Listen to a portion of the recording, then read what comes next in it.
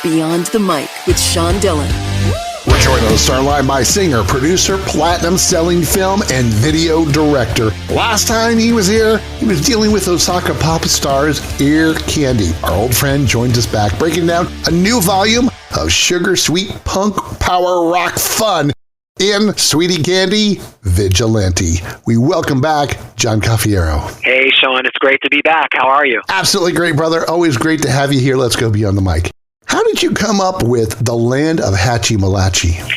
The Land of Hatchy Milatchy is an obscure children's song from the early 50s. It's been out of print for decades, and it was originally performed by Rosemary Clooney. And I just happened to hear it, God, I want to say maybe like 7 or so years ago when my wife and I were just starting to kind of plan the Sweetie Candy Vigilante comic book series. And as soon as I heard it, it was on this freeform radio show that was literally playing it from an old 78 RPM vinyl, or shellac rather. And as soon as I heard it, I just called out to her and I said, "Are you hearing this? This would be perfect for Sweetie." And I just immediately, because I have a background as a film director and pretty much apply that philosophy and that approach to everything that I do, be it directing a film, producing a comic book, producing music, managing a band, art directing, artwork, whatever it is that I do, I take that directorial point of view, and I just immediately could imagine these bizarre, comedic, dark humor, candy carnage happening with this psychotically sweet song playing. And so I immediately thought, oh, wow, the Land of Hatchy Milatchy would be perfect if there was ever a Sweetie film. And when we did launch the comic book series in 2022, along with coinciding with Osaka Popstar's record Ear Candy, I had done this power pop version of Sugar Sugar that came as a free download in the first issue of Volume 1.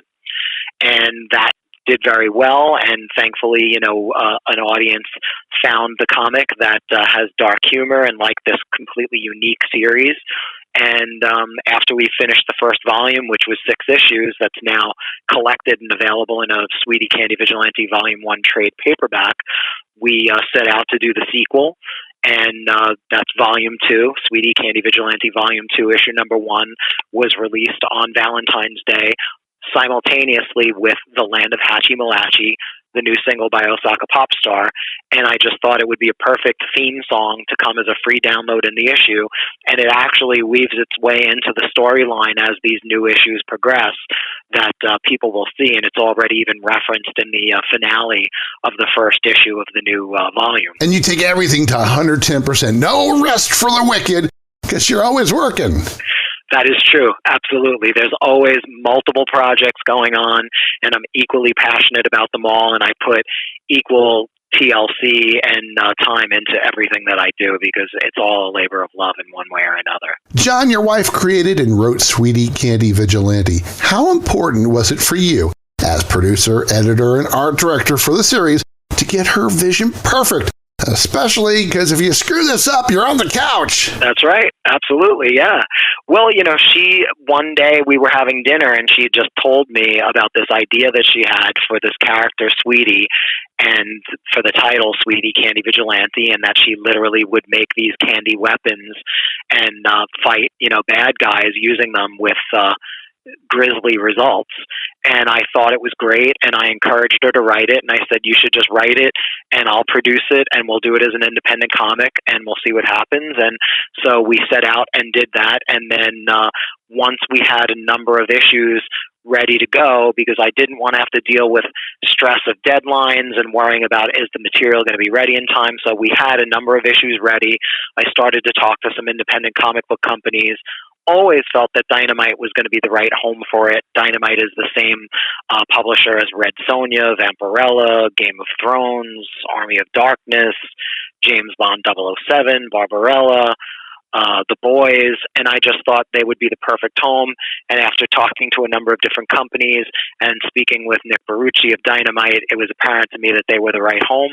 And so we launched the series together. And like everything I do, I really want to make sure that it is the absolute best it can be. So I'm taking what I believe is a great script that I believed in from the very beginning, and then visualizing it to the best of my ability. And so far, people seem to really be digging it, and Suzanne is thrilled with the results, and so am I. And thankfully, audiences are too. I mean, we've gotten feedback from reviewers, comic reviewers, that have said things like "Picture Willy Wonka," directed by Quentin Tarantino, and I love that, and that's pretty accurate. And there was another great one that was really on point and also very highly complimentary, which was like a Technicolor Grindhouse film, a gory pop color epic reminiscent of the glory days of Heavy Metal Magazine and late night cult films, endlessly imaginative. And so, yeah, I really take pride in everything I do, and I'm painstakingly pay attention to each and every detail to make sure that it's the best it can be. And again, that's the director in me, because I just feel that it's a director's responsibility to bring out the best in everybody on the project and to maximize the potential of the material and all of the resources. And I do that with everything I do, and certainly no short of that on Sweetie Candy Vigilante, the comic book series. Why is Osaka Popstar and Sweetie so complimentary of each other? Thanks. I'm glad you feel that way. I mean, with Osaka Popstar, I love for everything that we do to be a multimedia experience. And while the music is first and foremost to Osaka Popstar, I love to have a whole world surrounding it that you could just escape into. And that's why with Ear Candy, for example, I took original Osaka Popstar material and then paired it with doing covers by the Archies and the Monkees and the Partridge Family, because I felt that those were also bands that had this kinship in creating a whole world that you could become immersed into the way I like to with Osaka Popstar. So I feel that the comic book and Osaka Popstar are very well suited to each other because they are multifaceted. They both have a lot of different elements to them that lend themselves to that multimedia aspect. And Sweetie appeared on the cover of the Ear Candy record, and Osaka Popstar appeared in the comic. So they're like peanut butter and chocolate. Very true. How has punk rock changed you, and how have you changed punk rock? Wow. Well, punk rock changed me in that I went from listening to Kiss and Led Zeppelin and Black Sabbath to discovering the Ramones, and then that's setting me on a whole different path. I still greatly enjoy and appreciate all of those other classic rock bands, but punk rock really just became what spoke to me and sort of defined who I was and what I was feeling and what my persona was. In particular, the Ramones, I really identified with them musically and stylistically. And so it definitely changed me because it set me on a path, and it helped to kind of finalize and round out my creative process, my approach, and my creative personality, so to speak. In terms of how I've changed punk rock, well, I don't know that I've changed punk rock specifically, although I'd certainly like to think I've made some valid contributions to it by expanding on what I learned from the bands that I loved and putting my own spin on it that hopefully turns on a new generation to different things.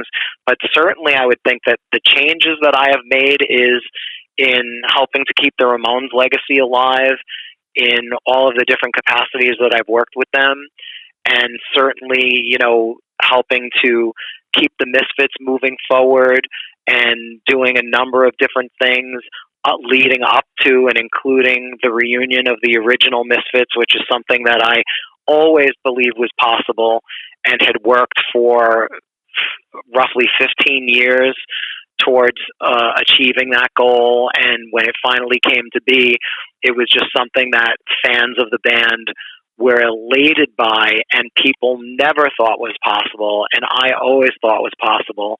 And I'm so glad and honored to be able to play a part in that and see it go down, because something that has always bothered me about the Ramones is that although I always idolized them as a kid and saw them as like the biggest rock stars in the world, they weren't necessarily treated like that during their lifetime. And sure, they had their devoted cult following, and in particular in South America, they were treated with the respect that they'd always deserved. But, in America, it really took their deaths to, one by one, increase and enhance the potency of their legacy and make the world stand up and take notice. And to see the Misfits, while they're still young and vital and at the top of their game, get to experience what the Ramones only got posthumously is really an absolute pleasure. And coincidentally, one of the people who knew that I always had my eye on that prize of getting them back together was Joey Ramone, who used to encourage me and believed that I could make it happen. I'd love to see a punk rock version of Stop That Pigeon and Underdog, old 1970s cartoons. Yeah. Well, I can tell you, although I would love to do Underdog and have it, there is a very cool punk version of the Underdog theme done by the Butthole Surfers. I like that. Yeah, and it's a little hard to find, but if you dig, you should be able to dig that one up, and it's a very good version. I also love Reverend Horton Heat's version of Stop That Pigeon. Yeah, of course. If you're enjoying these conversations, please check out another Beyond the Mic episode to find more actors, artists, and people you need to know. We'd also appreciate a like and subscribe on the Good Pods app. He is a man of many talents and is editor, producer, art director for Sweetie Candy Vigilante. Our friend John Cafiero joins us beyond the mic for the Rocking Eight. 8 random questions. Answer with the first thing that comes to your mind. John, there's no pressure. Are you nearsighted or farsighted? You know, I'm not really sure, but I can say I definitely need to get some new glasses. I am nearsighted. What's the first album you ever bought? Kiss Alive. Well, since you were there for their final show, what's the best Kiss song of all time? Yeah, I was. I don't know that it would be the best because there are so many cool ones, but one of my favorites would certainly be Love Gun. How about the top 4 comics you had growing up? Plop being number 1. Although I have to confess, I only bought it for the covers. I never really thought much of what was going on in the interior, but the covers by Basil Wolverton are probably some of my favorite pieces of comic art in the world. Ghost Rider was always a favorite series of mine growing up. Let's see, 3 more tops. Fish Police was something that I only discovered in the 90s, which I think it was only released in the 90s. Actually, no, excuse me, the very late 80s. I got into Fish Police, which was an independent comic by a writer named Steve Moncuse, which I thought was brilliant, and I loved it. I read every issue cover to cover. Eventually, it got turned into an animated series by a network, and they completely, no pun intended, watered it down. And and changed it so dramatically that it was hardly recognizable, but the Fish Police series was fantastic. Flaming Carrot Comics was always a favorite in the 90s. Super bizarre. Definitely also an influence on my wife, Suzanne. She always loved Flaming Carrot as well. Bob Burden created that. And later he also had Mystery Men comics, which was made into a feature film, which was also a really good movie. Flaming Carrot was probably his most famous property to his fans, but just probably far too bizarre to be a feature film. And coincidentally, Wildman Fisher, putting a little 6 degrees of Kevin Bacon in here, on the Dr. Demento front, Wildman Fisher recorded a theme song for Flaming Carrot because Bill Mooney and Robert Hamer, who are Art and Artie Barnes of Barnes & Barnes, creators of Fish Heads, were big comic book fans and would be at comic book conventions, met Bob Burden, were working with Wildman Fisher, and then made that connection happen. So those are certainly some of my favorite comics. John, what's your favorite city tour stop? Favorite city tour stop on the road? Which city? That's a good question. You know, I hate to say, well, are we talking present day or in the past? Good choice. In the past, even though it's my hometown, it would always be New York because there are just so many staples here. But one of my favorite places touring had been Scotland, because in Scotland it was just a really cool vibe, and fans were just really, really passionate about the music, and I felt like we were received in Scotland like bigger probably than anywhere else. But you know what? I know I keep changing it, but I'll have to say, now that I really think this through, favorite tour stop would certainly be Osaka, Japan. the namesake of Osaka Popstar, and just so many cool places to check out that you just don't get to see every day because it's such a unique place and so much culture there that I love. So Osaka, Japan. How about your best Halloween costume you wore growing up? Well, favorite or best? Your choice. I'd say best, probably, and if I'm not mistaken, it's the first Halloween costume I ever wore was a Ben Cooper Frankie of the Groovy Ghoulies costume. John, is change easy for you? Yeah, absolutely. As long as it's a change that I feel is for the better or rhythmically fitting into the direction that I'd like things to go. Otherwise, no. So since we're talking Sweetie Candy Vigilante, what's the candy bar you love? Does it have to be a candy bar? My favorite candy are strawberry Twizzlers.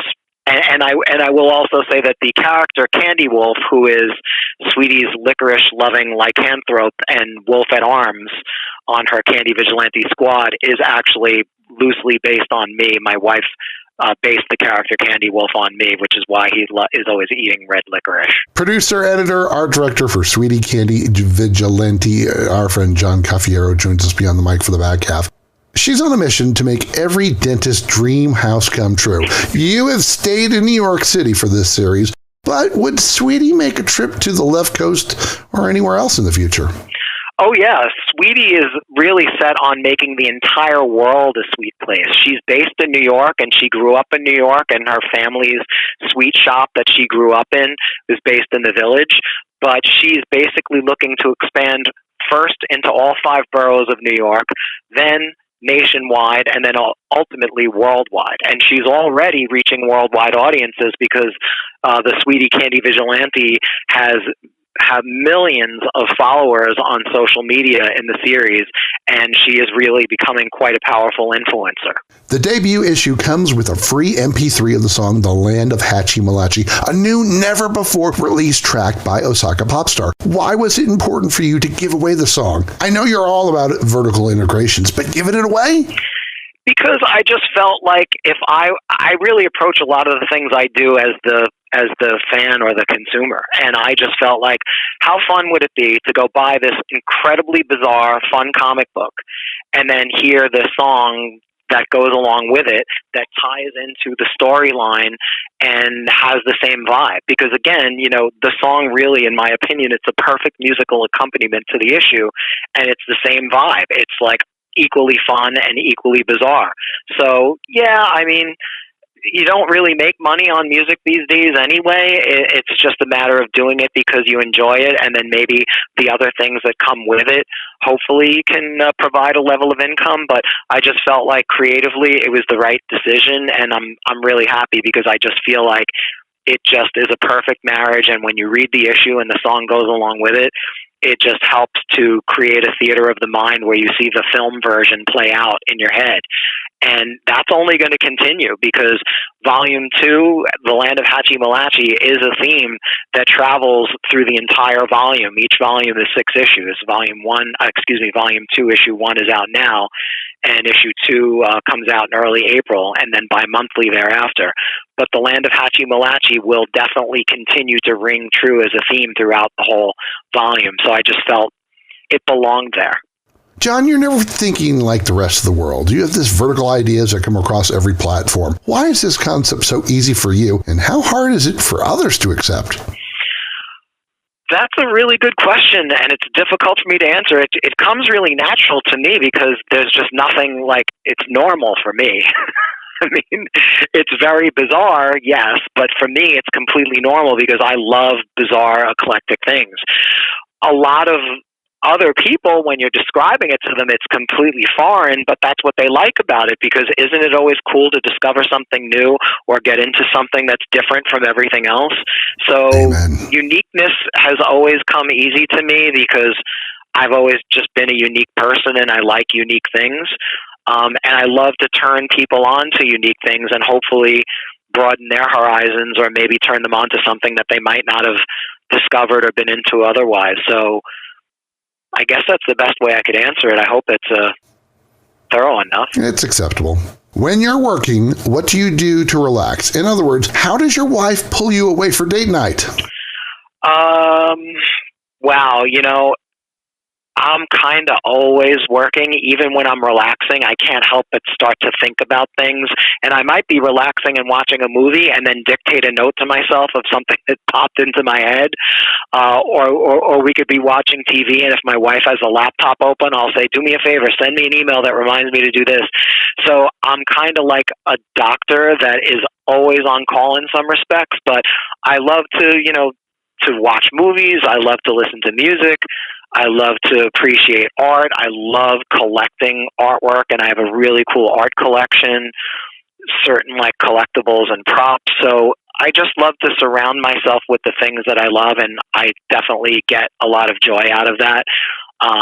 And while I do take a little bit of time to relax here and there, it always kind of feels like stolen moments because I'm always doing multiple projects, and there's a lot to be done. Very good. Oh, and you know what? I'll tell you one other thing that I like to do for total downtime, and I can't really work when I'm doing that, is play pinball. I like that. So love pinball, and have a Led Zeppelin pinball machine and a Godzilla pinball machine from Stern, who makes the best pinball machines in the business. Next up will be their Jaws pinball machine that's just being released now. And soon, a Sweetie Candy Vigilante pinball game, available soon. Well, we have actually talked about it half jokingly, but they do seem interested, and I think it'll take the Sweetie feature film before it finally gets made. But Sweetie Candy Vigilante is on Stern's radar, and they have all the issues, and they dig it, and always super complimentary about it. So my Stern family, if you're listening out there, here's yet another vote from Sean Dillon, who's looking for a Sweetie Candy Vigilante pinball machine. I can only hope. Sure. John, how's music touched your life? Music has touched my life in that it has opened up my mind to a lot of different things, including a lot of different sounds and styles. And I really do like all kinds of music. In fact, another thing that I do like to do, which is very relaxing and I can't work at the same time, is go see the New York Philharmonic. I love orchestral scores and I love classical music, even though I'm a total punk head and make punk music. I like everything from classical to punk and everything in between. So music has changed my life in that it's made me appreciate a lot of different sounds, a lot of different talent, a lot of different styles, and even culturally, I think that it's kind of shaped who I am as a person in maybe point of view that I may have, or open-mindedness about different things and different cultures, different styles, and even the way that I look. I mean, as a kid, I always wanted to look like one of the Ramones, and even though I've certainly got my own look, there's that undercurrent of it, and all the things that I love definitely have played into my personality in one way or another, even if it's subliminal. The creative force behind Sweetie Candy Vigilante, John Cafiero, joined us beyond the mic for one big question. John, when you go out on the road, how do you balance all of your projects, even though you sleep only 4 hours a night? Via email, phone calls, and bringing a laptop with me wherever I go. And my iPhone. I'm always on. He's always on call, loves strawberry Twizzlers, and wants you to read Sweetie Candy Vigilante. John Cafiero, thanks for taking the time to talk with us today. Thanks, Sean. Anytime. Always a pleasure. And I hope if your listeners are interested, if you want to know more about Osaka Popstar or check out our animated videos, please visit osakapopstar.com, OSAKA, popstar.com. And for more about Sweetie Candy Vigilante, please check out sweetiecandyvigilante.com. It's SWEETIE. And that, my friends, is Beyond the Mic.